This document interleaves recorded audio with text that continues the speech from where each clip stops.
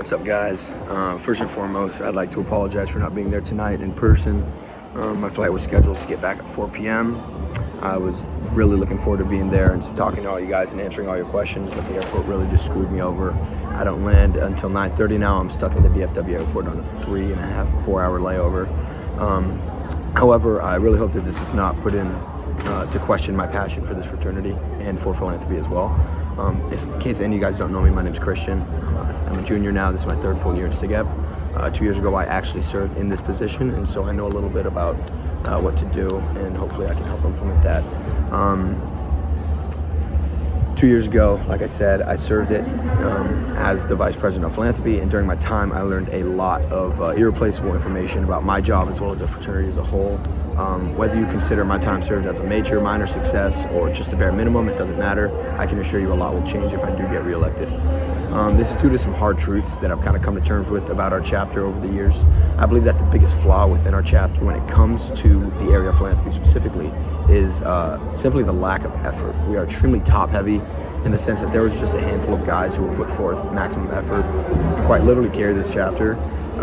In not only our own philanthropy weeks, but sororities philanthropy weeks as well. Those guys know who they are. Then there's the majority of our chapter, where sadly I don't think many of them have ever even set foot into an event of any kind in months, if not years, if not ever. If I'm not mistaken, we've only won one sorority philanthropy week in the past 2 years, and it was AKIO. Shout out Kyle Richards for basically winning that single-handedly. Or else I'd be writing about a losing drought worse than the Lakers this year. Like, it's bad.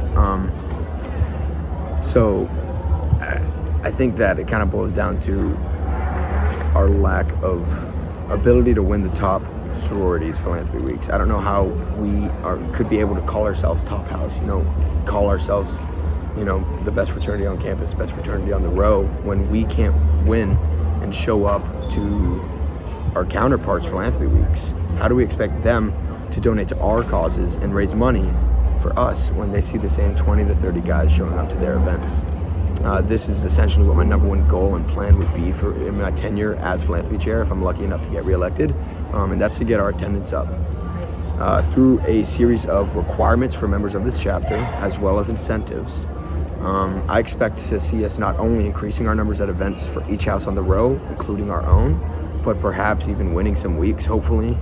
I want to see more SIGEP's faces on those sororities composites, and I know you all do too. At least I hope you do. As for our own weeks, after running 2 of them and watching/helping Caleb run 2, I have countless ideas on how to improve them, as does Caleb, as does Parker, and as does like every single guy that had something to do with these philanthropy weeks in the past. And I think that's the major thing I want to do, is have these weeks become a discussion of events that start well in advance. Like, if I get elected, I want to start discussing ideas for events and ideas for weeks the week after I get elected. I want to have input from guys who genuinely care about this chapter and genuinely care about the success of this fraternity, and genuinely care about the cause that we're raising our money for. And I think one of the best ways to do that, and arguably my main idea that I do want to implement, is implementing an annual SIGEP tradition of sorts. It's something that we would do every year that will last long after we all graduate, hopefully.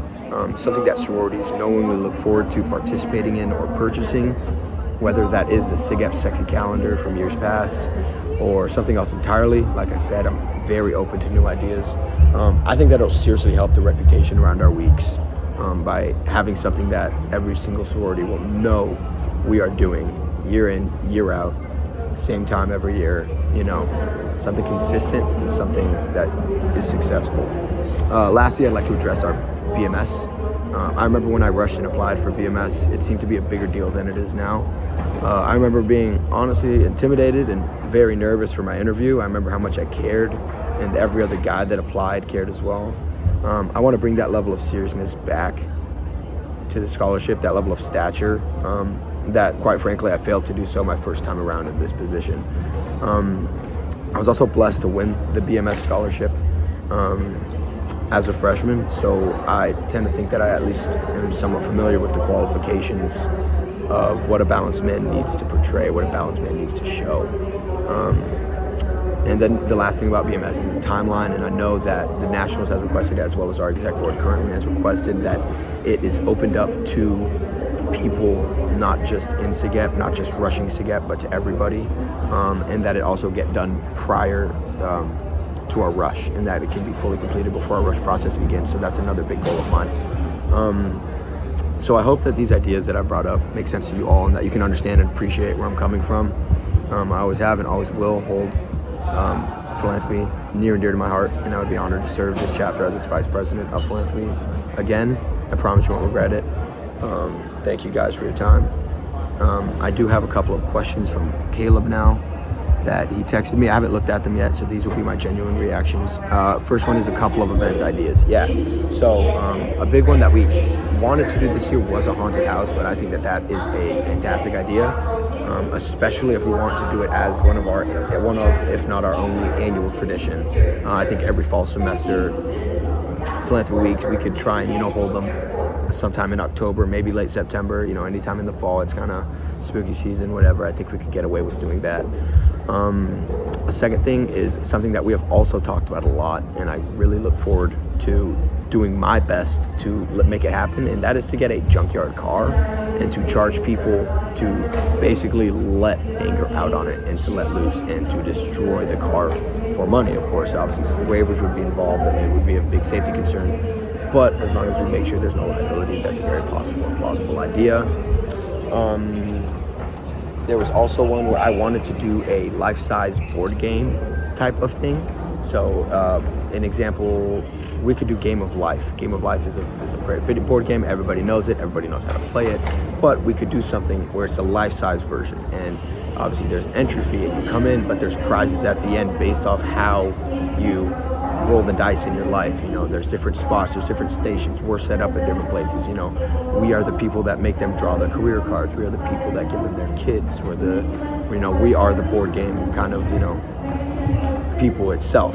But I think that it'd be a fun event for the sororities. I think they would really enjoy it. I think we could finally reach out and talk to some companies to get prizes for stuff, which I want to implement in several ideas, not only that one, as well as snacks and drinks and stuff like that at the event. Second question is, what ways do you plan on getting more people to apply to BMS? Yeah, so I remember my first time around, Nationals actually changed the process of BMS up on me, and they did it for the sole reason to allow, to make it easier for us to reach out to other people, such as high school counselors and academic advisors at University of Utah. They made the link very, very easily shareable.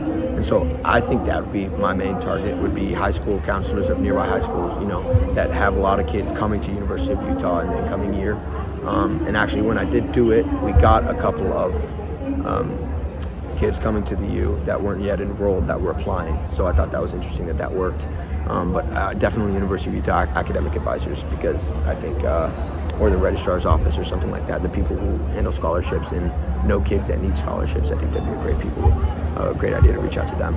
And then the last question is, since I'm running again, what did I learn from a previous time? Well, I've learned a lot. I touched on some of it in my speech. I think the main thing I learned from last time is the importance of communication.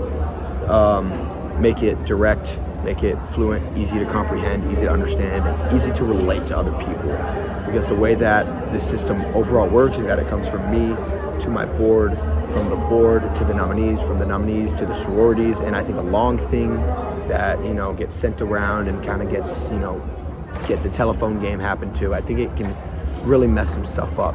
So I think clear and concise communication, if I build strong relationships with everybody on my board, which I plan on doing, and whenever nominees are given to us, we can do the coach's route, to where I tell somebody something on my board and they directly relate that to the coach in a very clear and concise way, to the nominee, so then the nominee can tell the rest of her sorority. That's probably the biggest thing, along with delegation. I think delegation is very important, which is why I plan on taking my board very seriously this year. I want guys who are not scared for a little extra responsibility, because like I said, I want these philanthropy weeks to be our biggest and best ones yet. We are a major house on the row. There's no reason we shouldn't be breaking our record each and every semester, week in, week out. There's no reason we shouldn't be doing that, especially if we are top house, which I genuinely believe that we are. If not, and if we aren't right now, we can be very easily. And I think this is just another step on the rung. We just got to get better, be better. And yeah, thank you guys for your time. Sorry again, I'm not there in person, but yeah.